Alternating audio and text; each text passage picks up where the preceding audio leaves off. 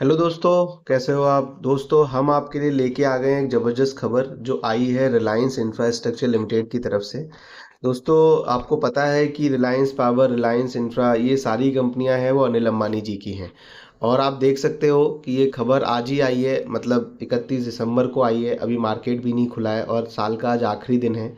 तो आज मार्केट भी खुलेगा और मार्केट बढ़ेगा गिरेगा वो हमें नहीं पता। कल तो मार्केट गिरा था लेकिन कुछ शेयर्स बढ़े थे। तो दोस्तों, ये खबर आई है, वो खबर को मैं पूरा आपको बताता हूँ विद कागज, विद डॉक्यूमेंट, विद प्रूफ।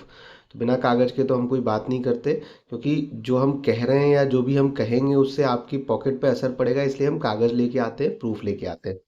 दोस्तों देखिए, बीएससी एनएससी को बताया है और आप समझिए, इन्होंने एक डिस्क्लोजर दिया है कि रेगुलेशन 30/2015, यानी दोस्तों कि ये जो खबर बताने वाले हैं उससे शेयर के प्राइस पे असर पड़ेगा। तो दोस्तों, आप देख सकते हो कि इसका रिलायंस इंफ्रा के बारे में खबर है और मैं आपको पहले पढ़ के बता देता हूँ, फिर समझाऊंगा और फिर आप समझना और ध्यान से समझना, क्योंकि ये थोड़ी सी नई चीज़ है और हमने जितने वीडियो बनाए हैं उसमें ये चीज़ आज तक कभी ऐसा नोटिस आया नहीं है।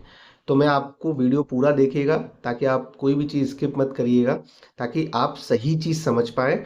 ये आपको फ्यूचर में बहुत काम देगी। तो दोस्तों देखिए, ये लिखते हैं कि in furtherance to the disclosure dated April 15 2024 and pursuant to regulation 30 of the listing regulations, we wish to inform that Mumbai Metro One Private Limited, a joint venture of company with Mumbai Metropolitan Regional Development Authority (MMRDA), where the company holds 74% stake and MMRDA holds 26% stake, has yesterday received। अब यहाँ तक पहले मैं बता देता हूँ, फिर आगे पढ़ता हूँ। देखिए, ये बात कर रहे हैं रिलायंस इंफ्रा की। रिलायंस इंफ्रा की मतलब एक कंपनी है, Mumbai metro one private limited, जिसका जेवी है Mumbai metropolitan regional development agency, यानी एमएमआरडीए एक संस्था है। उसके पास 26% स्टेक है और Mumbai metro one private limited के पास 74% है स्टेक। तो इन्होंने एक जॉइंट वेंचर बनाया था। तो ये जो Mumbai metropolitan regional development authority है, ये जो है ये रिलायंस इंफ्रास्ट्रक्चर की है। ठीक है, एक डेडिकेटेडली टास्क के लिए इन्होंने बनाया। तो ये बता रहे हैं कि ये जो जेवी है, जेवी किस किस की है। एमएमआरडीए की है 26%, और ये एमएमओपीएल की है। एमएमओपीएल किसकी है, ये हो गई रिलायंस इंफ्रास्ट्रक्चर की। एमएमआरडीए किसकी है, ये हो गई सरकार की। ठीक है। तो अब ये आगे लिखते हैं, has yesterday received a notice of assignment dated December 27 2024। तो इनको एक नोटिस आया है। कहाँ से आया है? फ्रॉम कैनरा बैंक, जो लीड बैंक है, that it along with the Indian bank, bank of Maharashtra, state bank of India and IDBI bank. Collectively जितने भी बैंकों से इन जेवी ने उधार ले रखा है, वहां से इनको नोटिस आया है। And have assigned their entire rupee loan exposure in MMOPL to National Asset Reconstruction Company Limited through the transparent and competitive process as per Reserve Bank of India guideline। तो दोस्तों, क्या है कि अब जो ये 5 बैंक हैं, Canara bank, Maharashtra bank, state bank और आईडीबीआई बैंक और इंडियन बैंक। तो दोस्तों, इन्होंने उधार दे रखा था। किसको दे रखा था? रिलायंस इंफ्रास्ट्रक्चर की सब्सिडी को दे रखा था, जिसका नाम है MMOPL। तो वो जो इन्होंने है वो दे दिया है। अब उन्होंने पांचों बैंकों ने उठा के किसको दे दिया है? National asset reconstruction company limited को दे दिया है।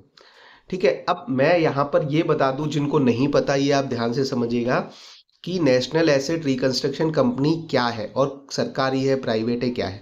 तो दोस्तों, ये national asset reconstruction company limited है, इसका शॉर्ट फॉर्म है NARCL।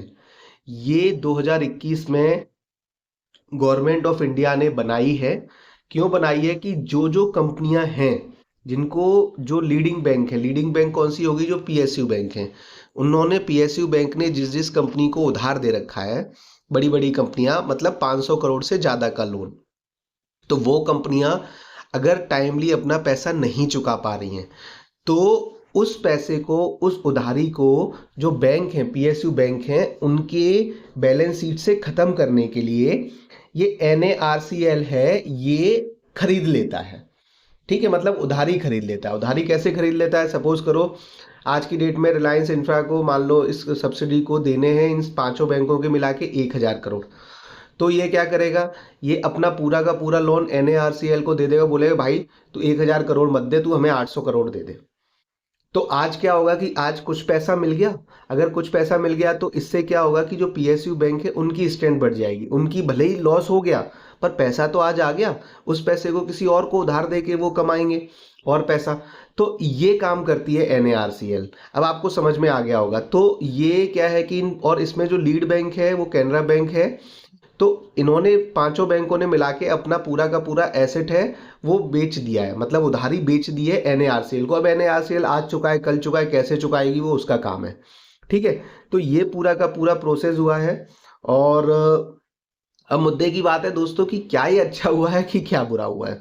देखिए, इन बैंक्स के लिए तो अच्छा हुआ है कि भैया इन्हें इनका पैसा डिस्काउंट रेट में मिल गया। NARCL भी कहीं ना कहीं से अपना पैसा चुका लेगी। अच्छा, NARCL ने ये पैसा ले लिया है और इसके लिए तैयार हो गई है, तो इसका मतलब इस लोन के कागजों में और इसमें कोई डिफॉल्ट नहीं है। तो इसमें मिक्स रिव्यूज आएंगे, मतलब शेयर थोड़ा गिरेगा, अभी लोगों को समझ में नहीं है कि क्या है। वैसे तो ये चीज़ पॉजिटिव है, इससे कोई फर्क तो पड़ता नहीं है, लेकिन फिर भी ये इसके हिसाब से आप अपनी ट्रेड सेट कर सकते हो, देख सकते हो कि क्या होगा होना चाहिए। हम भी देखेंगे क्योंकि ये एक नई तरीके की चीज़ आई है। तो दोस्तों, आपको वीडियो अच्छा लगा, इन्फॉर्मेशन अच्छी लगी तो लाइक कर दीजिए, चैनल पे नए हैं तो सब्सक्राइब करके बेल आइकन प्रेस कर दीजिए और खुश रहिए। वीडियो को ज़्यादा से ज़्यादा शेयर जरूर करिए। धन्यवाद दोस्तों, ऑल द बेस्ट।